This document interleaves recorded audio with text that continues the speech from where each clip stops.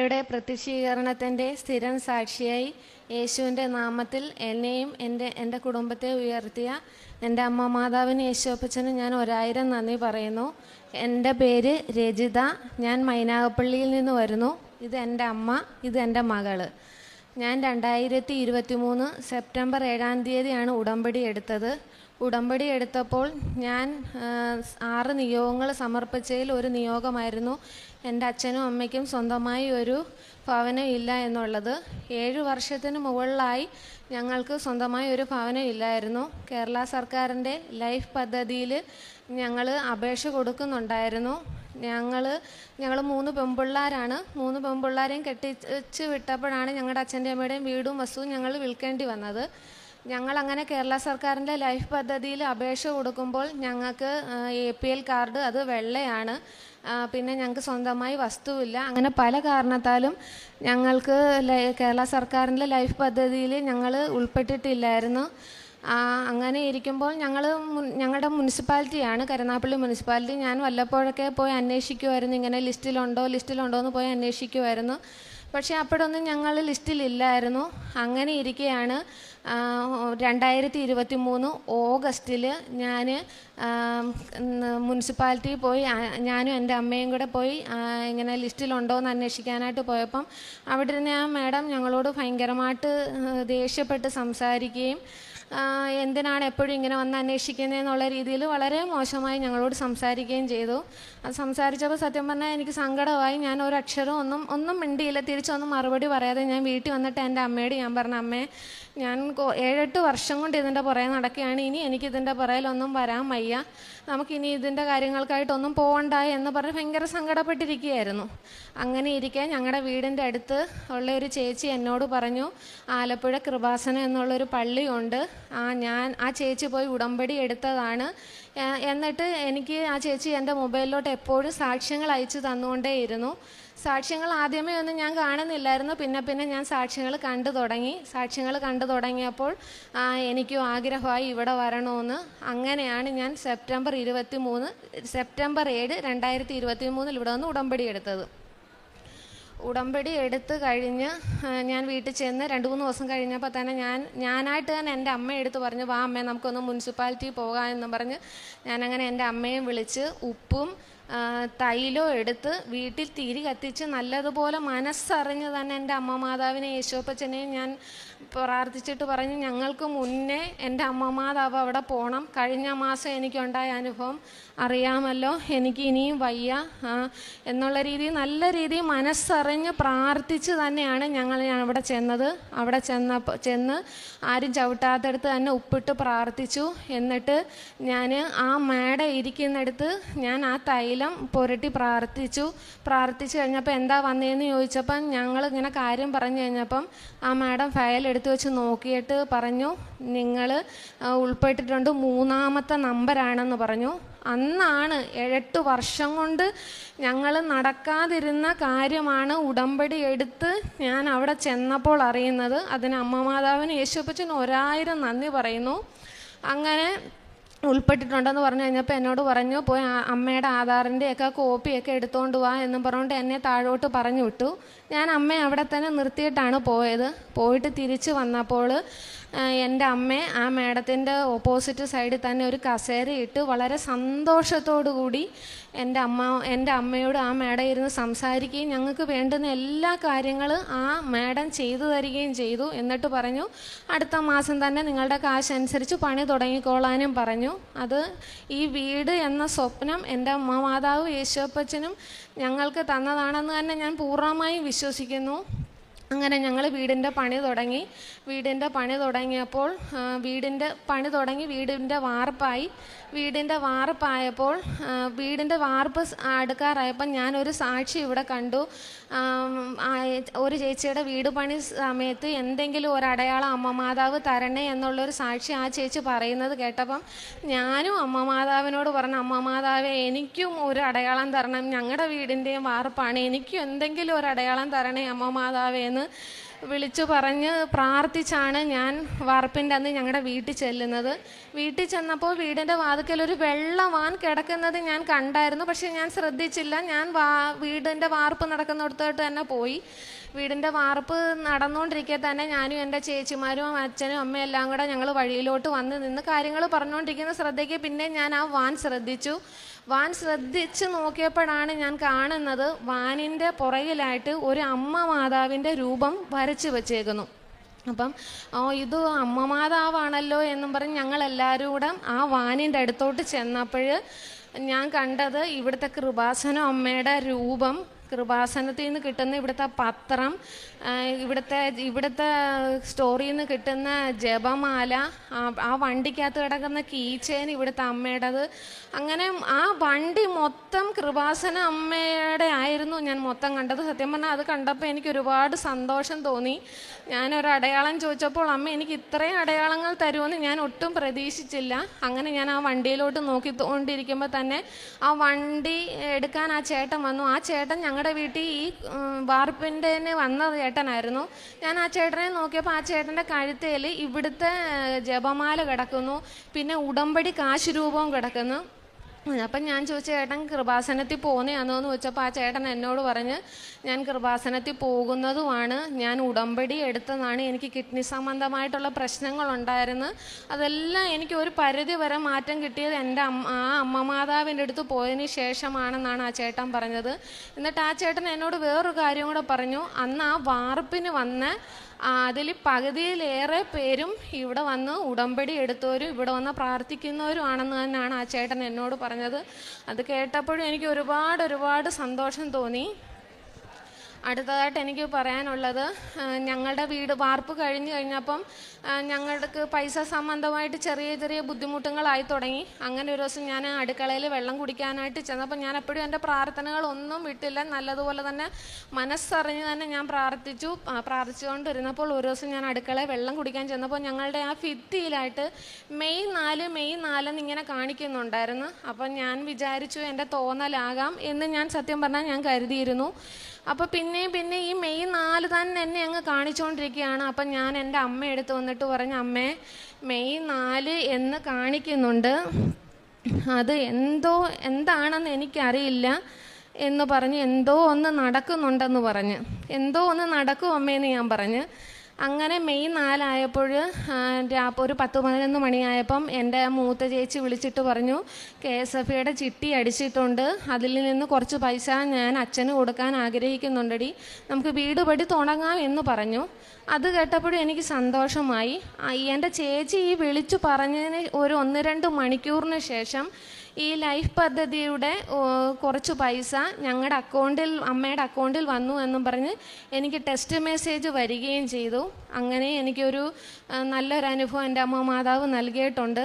അതിലേറെ ഞാൻ ഇതിപ്പോൾ ജൂണാണ്, കഴിഞ്ഞ മാസം മെയ് 31 ഞാൻ എല്ലാ മാസവും ഞങ്ങളുടെ വീടിൻ്റെ അടുത്തുള്ള ആശുപത്രിയിൽ പൊതിച്ചോറ് കെട്ടി കൊടുക്കാറുണ്ട്. അപ്പോൾ പൊതിച്ചോറ് കെട്ടി അമ്മ മാതാവിൻ്റെ യേശുപ്പച്ചൻ്റെ അടുത്ത് ഞാൻ കൊണ്ടുവച്ച് പ്രാർത്ഥിച്ച് ഒരു 10 മിനിറ്റ് കഴിഞ്ഞപ്പോൾ തന്നെ എൻ്റെ മൊബൈലിൽ മെസ്സേജ് വന്നു, അടുത്ത ഘട്ടം പൈസ അക്കൗണ്ടിൽ വന്നു എന്നുള്ളതും. അടുത്ത് പറയാനുള്ളത്, ഞാൻ ഒന്നെങ്കിൽ ഇവിടെ ഇരിക്കുമ്പോൾ, അല്ലെങ്കിൽ ഞാൻ ഈ പൊതിച്ചോറ് കെട്ടി കൊണ്ടുപോകുമ്പോൾ, അല്ലെങ്കിൽ ഞാൻ അനാഥാലയ സന്ദർശനം, ഇങ്ങനെയൊക്കെയുള്ള അവസരങ്ങളിലാണ് കൂടുതലും ഞങ്ങളുടെ ഈ അക്കൗണ്ടിൽ ഈ ലൈഫ് പദ്ധതിയുടെ പൈസ വീഴുന്നത്.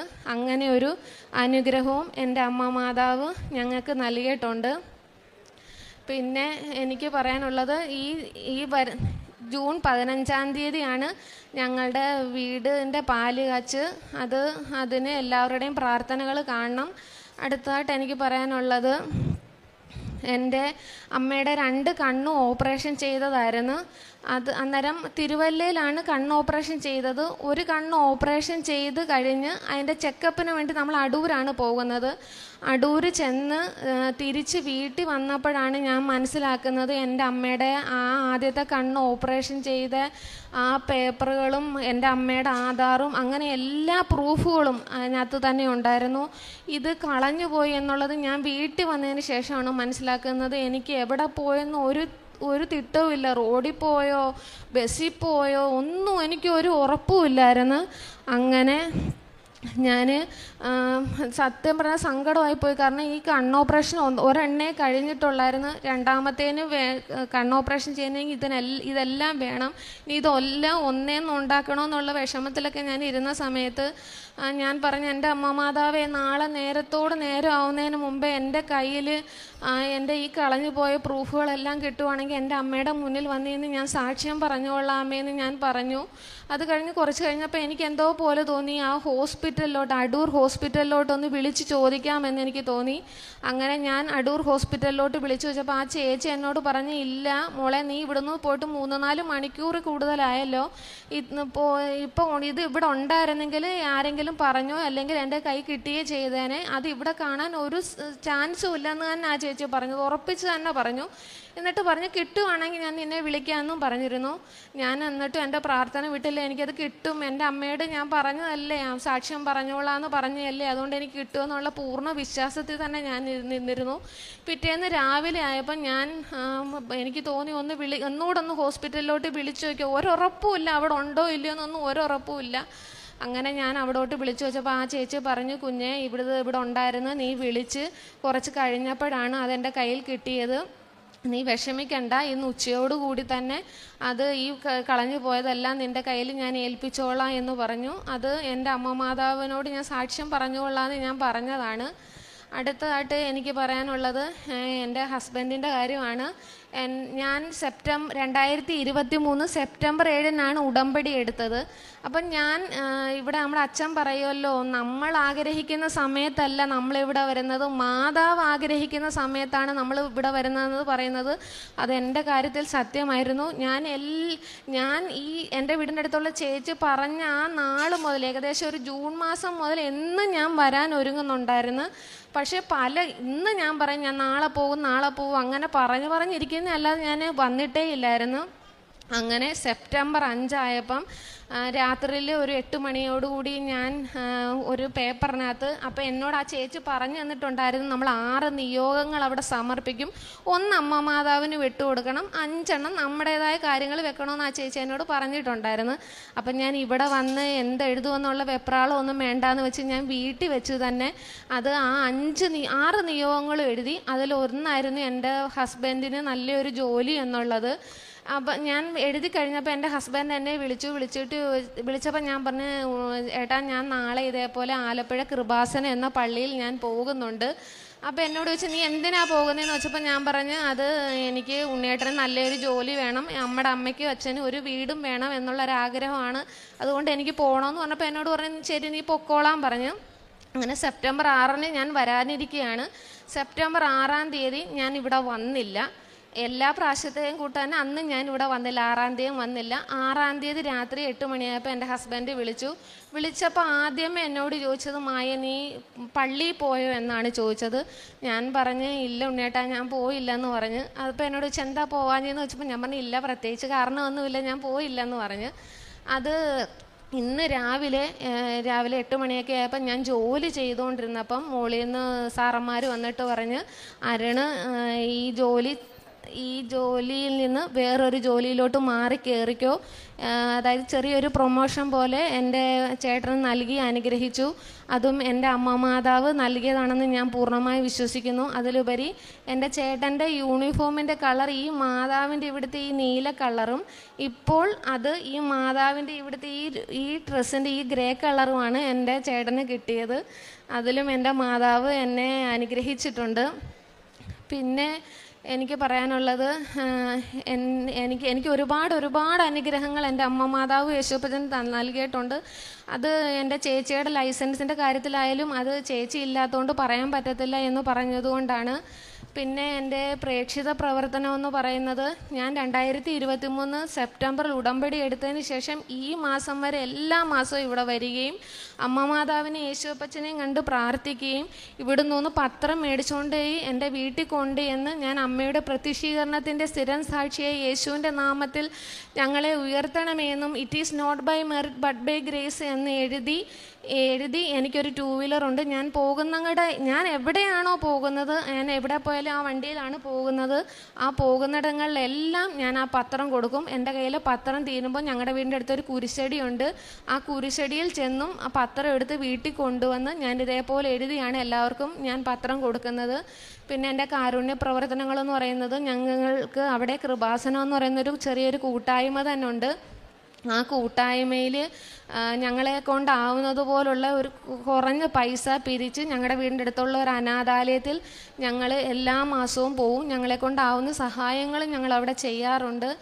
പിന്നെ ഞങ്ങൾക്ക് കൃപാസനം എന്ന് പറയുന്ന ഈ കൂട്ടായ്മ തന്നെ ഞങ്ങൾ നമ്മുടെ അവിടെ അടുത്തുള്ള ഒരു ഗവൺമെൻറ് ഹോസ്പിറ്റൽ, TB ഹോസ്പിറ്റലിൽ ഞങ്ങളെല്ലാവരും കൂടെ ചേർന്ന് പൊതി കെട്ടി അവിടെ ആ 19 പേർക്ക് ചോറ് എല്ലാ മാസവും, ഇതുവരെ ഒരു മാസം പോലും മുടങ്ങിയില്ല, എല്ലാ മാസവും അങ്ങനെ ചെയ്യാൻ പറ്റിയിട്ടുണ്ട്. പിന്നെ എൻ്റെ പ്രാർത്ഥനകളെന്ന് വെച്ചാൽ, ഞാനൊരു ഹിന്ദുവാണ്. ഞാൻ വീട്ടിൽ നിലവിളക്ക് എത്തിച്ച് പ്രാർത്ഥിച്ചതിന് ശേഷം അകത്ത് വന്ന് മാതാവിൻ്റെ മുന്നിലും യേശുപ്പച്ചൻ്റെ മുന്നിലും തിരി കത്തിച്ച് പ്രാർത്ഥിക്കും, ജപമാല ചൊല്ലും. ബൈബിൾ ഒരു തവണ മൊത്തം വായിച്ച് തീർന്നു, ഇപ്പം അടുത്ത വായിക്കുന്നുണ്ട്. എൻ്റെ വാ സാധാരണ പഴുക്കുന്നത് പോലല്ല, നല്ല രീതി നമ്മുടെ വാ പൊട്ടുകയല്ല, അല്ലാതെ എൻ്റെ വാ നല്ല രീതി അങ്ങ് പുണ്ണ് പോലെ അങ്ങ് ആയായിരുന്നു. അപ്പോഴുണ്ട് ഞാനാണെങ്കിൽ എനിക്ക് ഈ മരുന്നിന് അലർജിയുള്ള കൂട്ടത്തിലാണ് ഞാൻ. ഒരുമാതിരിപ്പെട്ട മരുന്നൊന്നും കഴിക്കാൻ പറ്റത്തില്ല. അപ്പോഴാണെങ്കിൽ ഞാനാണെങ്കിൽ അമ്മ മാതാവിനോട് പറഞ്ഞു, പഴുത്തങ്ങ് പൊട്ടി പഴുപ്പ് വരുമായിരുന്നു, വാ മൊത്തം അങ്ങ് പഴുപ്പാവുമായിരുന്നു. അപ്പം ഞാൻ എൻ്റെ അമ്മ മാതാവിനോട് പറഞ്ഞു, മാതാവേ എൻ്റെ ഇത് മാറ്റി തരണേ എന്നും പറഞ്ഞ് ഞാൻ ഉപ്പിട്ട് വായി വെള്ളം കൊള്ളുകയും തൈലം തൊട്ട് പ്രാർത്ഥിക്കുകയൊക്കെ ചെയ്തതിൻ്റെ ഫലമായിട്ട് അതെനിക്ക് പൂർണ്ണമായും മാറിക്കിട്ടി. ഇപ്പം ഒരു 1.5 വർഷത്തോളമായി കാണും. അത് പിന്നെ എനിക്ക് ഉണ്ടായിട്ടില്ല. എൻ്റെ അമ്മ മാതാവും യേശുപ്പച്ചനും നൽകിയിട്ടുള്ള എല്ലാ അനുഗ്രഹങ്ങൾക്കും ഞാൻ 1000 നന്ദി പറയുന്നു. സങ്കീർത്തനങ്ങൾ 86, 1, 2 തിരുവചനങ്ങൾ. കർത്താവെ, ചെവി ചായ്ച്ച് എനിക്ക് ഉത്തരമരുളണമേ. ഞാൻ ദരിദ്രനും നിസ്സഹായനുമാണ്. എൻ്റെ ജീവനെ സംരക്ഷിക്കണമേ. ഞാൻ അങ്ങയുടെ ഭക്തനാണ്. അങ്ങയിൽ ആശ്രയിക്കുന്ന ഈ ദാസനെ രക്ഷിക്കണമേ. അങ്ങാണ് എൻ്റെ ദൈവം. രജിത എന്ന ഈ മകൾ തൻ്റെ കഴിഞ്ഞ 3 വർഷത്തെ ഉടമ്പടി ജീവിതത്തെയാണ് അമ്മയുടെ തിരുനടയിൽ നന്ദിയായി സമർപ്പിച്ച് ജീവിതാനുഭവങ്ങളെ പങ്കുവയ്ക്കുന്നത്. മകൾ ആദ്യം സൂചിപ്പിച്ചത് ഒരു 6-7 വർഷത്തോളമായി ലൈഫ് പദ്ധതിയിലൂടെ തൻ്റെ മാതാപിതാക്കൾക്ക് ഒരു ഭവനം നേടിക്കൊടുക്കുന്നതിന് വേണ്ടി നടത്തിയ അലച്ചിലും പരിശ്രമവുമാണ്. അത് അവസാനം ചെല്ലുമ്പോഴുണ്ടായ അനുഭവം പറഞ്ഞു. അവിടെയുള്ള ഓഫീസർ വളരെയധികം മോളോട് കയർത്ത് സംസാരിക്കുകയും എന്തെങ്കിലും ഉണ്ടെങ്കിൽ അറിയിച്ചേക്കാം, ഇനി ഇങ്ങോട്ട് വരേണ്ടതില്ല എന്ന രീതിയിൽ വല്ലാതെ പരുഷമായി സംസാരിച്ച് ഇടപെട്ടുകൊണ്ടാണ് മകളെയും അമ്മയെയും പറഞ്ഞയക്കുന്നത്. മകൾ പറയുന്നുണ്ട്, 3 മക്കളെ, പെൺമക്കളെ കെട്ടിച്ചയച്ച് കടബാധ്യതയേറി എല്ലാം വിറ്റുപോയി ക്ലേശത്തിലായ മാതാപിതാക്കളാണ്. അതുകൊണ്ട് തന്നെ അവർക്ക് ഒരു ചെറിയ വീട് ശരിയാക്കി കൊടുക്കുക എന്ന വലിയ ആഗ്രഹത്തോടു കൂടിയാണ് മകൾ ഇങ്ങനെ നിരന്തരം ഓഫീസുകൾ കയറി ഇറങ്ങുകയും ഓരോരുത്തരോടും സഹായം തേടുകയും ചെയ്തത്. അതെല്ലാം പരാജയപ്പെട്ട് ഇനി ആ ഒരു കാര്യത്തിന് പോകുന്നില്ല എന്ന് മകൾ തന്നെ തീരുമാനിക്കുമ്പോഴാണ് ആ നാടുകളിലൊക്കെയും മകൾക്ക് നിരന്തരമായി കൃപാസനത്തിൻ്റെ സാക്ഷ്യങ്ങൾ ഇട്ടുകൊടുക്കുന്ന, കൃപാസനം പത്രം കൊടുക്കുന്ന ഒരു സഹോദരി ഉടമ്പടി എടുക്കുവാനുള്ള ഒരു നിർദ്ദേശം പറയുന്നത്. ആദ്യമൊക്കെ അത് വലിയ താല്പര്യം തോന്നിയില്ലെങ്കിൽ കൂടിയും എങ്കിൽ കൃപാസനത്തിൽ ഉടമ്പടി എടുക്കാമെന്ന് മനസ്സ് ഒരുക്കുന്നുണ്ട്. മകൾ പറയുന്നുണ്ട്, അതേസമയം തന്നെ രണ്ടാമത്തെ ഒരു വിഷയം കൂടി കുടുംബത്തിലുണ്ട്. അത് ജീവിത പങ്കാളിയുടെ ജോലി സംബന്ധിച്ചുള്ളതാണ്. കുറേ നാളായി വിദേശത്ത് ജോലി ചെയ്യുന്നു. വലിയ പ്രമോഷനോ മേൽഗതിയോ ഉണ്ടാവുന്നില്ല. ചെറിയ ശമ്പളമാണ്. അതുകൊണ്ട് ഒരു മേൽഗതി ഉണ്ടാകണമെന്ന ആഗ്രഹത്തോടു കൂടിയും ആ നാളുകളിൽ സഹോദരി പ്രാർത്ഥിക്കുന്നുണ്ട്. അങ്ങനെയാണ് ഈ ഇടപെട്ട കൃപാസനം പത്രം കൊടുത്ത ആ വ്യക്തിയോട് ഉടമ്പടി എടുക്കാം എന്ന ഒരു ആഗ്രഹം പ്രകടിപ്പിക്കുന്നത്. എന്നിട്ട് സഹോദരി പറയുന്നുണ്ട്, 5-ാം തീയതി ഞാൻ ഇവിടെ വരുമ്പോൾ അമ്മയ്ക്ക് എഴുതി സമർപ്പിക്കേണ്ട നിയോഗങ്ങൾ ഒരു പേപ്പറിൽ 5 എണ്ണം എഴുതി വെച്ചു. അതിലൊന്ന് അമ്മയ്ക്കൊരു വീട് വേണം, രണ്ടാമത്തത് എൻ്റെ ജീവിത പങ്കാളിക്ക് ജോലിയിൽ പ്രമോഷൻ വേണം. 6-ാം തീയതി ഉടമ്പടി എടുക്കുവാൻ ആഗ്രഹിച്ചാണ് കാത്തിരുന്നത്. എന്നാൽ അത് അന്ന് വന്നില്ല, വരാനായിട്ട് സാധിച്ചില്ല. പക്ഷെ അന്ന് സന്ധ്യക്ക് ജീവിത പങ്കാളി വിളിക്കുമ്പോഴാണ് ചോദിക്കുന്നത്, നീ കൃപാസനത്തിൽ പോയി ഉടമ്പടി എടുത്തോ എന്ന്. ഇല്ല എന്ന് പറയുമ്പോൾ ചേട്ടൻ പറയുന്ന വിഷയം, ഇന്ന് രാവിലെ എനിക്ക് എൻ്റെ ജോലിയിൽ പ്രമോഷനായി, മറ്റൊരു മേഖലയിലേക്ക് എന്നെ മാറ്റി, ശമ്പളം വർദ്ധിപ്പിച്ചു തന്നു. അതുകൊണ്ട് നീ ആഗ്രഹിച്ചതും പ്രാർത്ഥിച്ചതും എനിക്ക് സാധിച്ചു കിട്ടിയെന്ന്. ശരിക്കും ആ ഒരു അനുഭവത്തിൽ എന്താണോ മനസ്സിൽ കൃപാസന മാതാവിനെ കണ്ടുകൊണ്ട് ആഗ്രഹിച്ച് നിയോഗമായി സമർപ്പിച്ച് പ്രാർത്ഥിച്ചത്, അത് നിയോഗം എഴുതി സമർപ്പിക്കുന്നതിന് മുമ്പ് തന്നെ, ഉടമ്പടി എടുക്കുന്നതിന് മുമ്പ് തന്നെ, അമ്മയുടെ അരികിലെത്താമെന്ന് മനസ്സിൽ വിചാരിച്ച നിമിഷം തന്നെ കുടുംബത്തിനത് അനുഗ്രഹമായി ലഭിച്ചതിൻ്റെ സന്തോഷത്തിലാണ് മകൾ 7-ാം തീയതി ഓടി വന്ന് ഉടമ്പടി എടുക്കുന്നത്. അത് ഉടമ്പടിയിലുള്ളൊരു പ്രത്യേകതയാണ്. നമ്മൾ അമ്മയോട് കമ്മ്യൂണിക്കേറ്റ് ചെയ്യുവാൻ തുടങ്ങുമ്പോൾ, അമ്മ നമ്മുടെ ജീവിതത്തെ കണ്ടു തുടങ്ങുമ്പോൾ, അത് വേഗതയിൽ അതിൻ്റെ ഓരോരോ പ്രശ്നങ്ങൾക്ക് പരിഹാരം ഉണ്ടായിക്കൊണ്ടിരിക്കും. അതൊരു ജോസഫ് അച്ഛൻ പറയുന്നത് പോലെ ഒരു ഇൻസെൻറ്റീവ് കൂടെയാണ്. നമ്മളെ ഒന്ന് അമ്മയുടെ അരികിലേക്ക് ആകർഷിച്ച്, അമ്മയുടെ അരികിൽ നിങ്ങൾ വിശ്വസ്തയോടെ നിൽക്കുമെങ്കിൽ വലിയ കാര്യങ്ങൾ നമ്മുടെ ജീവിതത്തിൽ നൽകുവാനിരിക്കുന്നു എന്നതിൻ്റെ സൂചന കൂടെയാണ് നാം അമ്മയെ ഓർക്കുമ്പോൾ തന്നെ അമ്മ നമ്മുടെ ജീവിതത്തിൽ ഇടപെടലുകൾ നടത്തിക്കൊണ്ട് നമ്മളെ സഹായിക്കുന്നത്. മകൾ 7-ാം തീയതി വന്ന് ഉടമ്പടി എടുക്കുന്നു. ഉടമ്പടി പ്രകാരം ജീവിതം മുന്നോട്ട് പോകുന്നു. മകൾ പറയുന്നുണ്ട്, ഏതാണ്ട് 1 മാസം തികയുന്നതിന് മുമ്പാണ് വീണ്ടും സഹോദരി അമ്മയുമായി ചേർന്ന് ഓഫീസിൽ പോയി ഒരിക്കൽ കൂടി വെറുതെ ഒന്ന് ചോദിച്ചേക്കാം, അത്രയേ ഉള്ളൂ. അവിടെ എന്തെങ്കിലും വന്നെന്നോ എവിടെയെങ്കിലും എന്തെങ്കിലും ശരിയാകുമെന്നോ ഒരു പ്രതീക്ഷയുമില്ല. അമ്മയുടെ അരികിൽ നിയോഗം സമർപ്പിച്ച് ഞാൻ പ്രാർത്ഥിക്കുന്നത് കൊണ്ട്, സഞ്ചാരി മാതാവാണ്, സമയച്ചുരുക്കത്തിൻ്റെ അമ്മയാണ്, ആഗ്രഹിച്ച് പ്രാർത്ഥിക്കുന്നത് വേഗത്തിൽ സഫലമാക്കുവാൻ അമ്മയ്ക്ക് കഴിവുണ്ടെന്ന് ഓരോ സാക്ഷ്യത്തിനും ആവർത്തിച്ച് പറയുന്നുണ്ട്. അതുകൊണ്ട് ഓഫീസിൽ പോയി വെറുതെ ഒന്ന് ചോദിച്ചേക്കാമെന്ന് കരുതി ചെന്ന് തിരക്കുമ്പോൾ ഓഫീസിലുള്ളവരെ വളരെ സ്നേഹത്തോടുകൂടി കരുണയോടുകൂടി ഈ കുടുംബത്തോട് പെരുമാറുന്നു. വിളിച്ചിരുത്തി കാര്യങ്ങൾ അന്വേഷിക്കുന്നു. ഓരോന്നും പരിശോധിച്ചിട്ട് 3-ാമത്തെ നമ്പരായി ഈ ലൈഫിൻ്റെ പദ്ധതിയിൽ ഉൾപ്പെട്ടിട്ടുണ്ട്, വീടിൻ്റെ പണി തുടങ്ങുക എന്നാണ് അറിയിപ്പ് കൊടുക്കുന്നത്. ഇതാണ് സമയച്ചുരുക്കത്തിൻ്റെ അടയാളം എന്ന് നമ്മൾ പറയുക. ഒരു നിയോഗം 6-7 വർഷമായി പുറകെ നടന്ന് പ്രാർത്ഥിച്ചിട്ടും പരിശ്രമിച്ചിട്ടും അലഞ്ഞിട്ടും യാതൊരു തരത്തിലും നമുക്ക് നേടാനാവാത്തത് അമ്മയുടെ കരങ്ങളിൽ കൊടുത്ത് നാം അത് ആഗ്രഹത്തോടെ സമർപ്പിക്കുമ്പോൾ, അതനുസരിച്ച് ജീവിക്കുമ്പോൾ നിസ്സാരമായി യാതൊരു ക്ലേശവുമില്ലാതെ അനുവദിച്ചു തരുന്നു. മകൾ പിന്നീട് പറയുന്നുണ്ട്, മുന്നോട്ട് പോകുമ്പോൾ മെയ് 4 എന്നൊരു തീയതിയാണ് പിന്നീട് കിട്ടുന്നത്. മെയ് 4 എന്നൊരു തീയതി വല്ലാതെ കിട്ടുന്നുണ്ട്. എന്താ കാര്യമെന്നറിയില്ല. കാര്യമറിയാതെ മുന്നോട്ട് പോകുമ്പോൾ മെയ് 4 എത്തുമ്പോൾ 2 കാര്യം ഒരുപോലെ നടക്കുന്നു. ഒന്ന്, ലൈഫ് പദ്ധതിയുടെ അടുത്ത ഗഡുത്തുക അമ്മയുടെ അക്കൗണ്ടിലേക്ക് വരുന്നു. 2, മറ്റൊരു സഹോദരിക്ക് ചിട്ടി അടിച്ചതിൻ്റെ ഒരു വിഹിതം അമ്മയ്ക്ക് കൊടുക്കുവാൻ തീരുമാനമെടുത്ത് ആ പണം അമ്മയെ ഏൽപ്പിക്കുവാൻ വേണ്ടി അന്ന് തീരുമാനിക്കുന്നു. ഇതാണ് നമ്മൾ വഴി കാണാതെ വീടിൻ്റെ നിർമ്മാണം ഏതാണ്ട് നിലച്ച് മുന്നോട്ടെങ്ങനെ പോകുമെന്നറിയാതെ നമ്മൾ പരിഭ്രമിക്കുമ്പോൾ നമ്മുടെ ജീവിതത്തെ ഏറ്റെടുത്തിരിക്കുന്ന അമ്പയ്ക്ക് അതിന് തടസ്സമില്ലാതെ മുന്നോട്ട് കൊണ്ടുപോകുവാൻ കഴിയുമെന്ന് നമ്മളെ ഓർമ്മിപ്പിക്കുകയാണ്.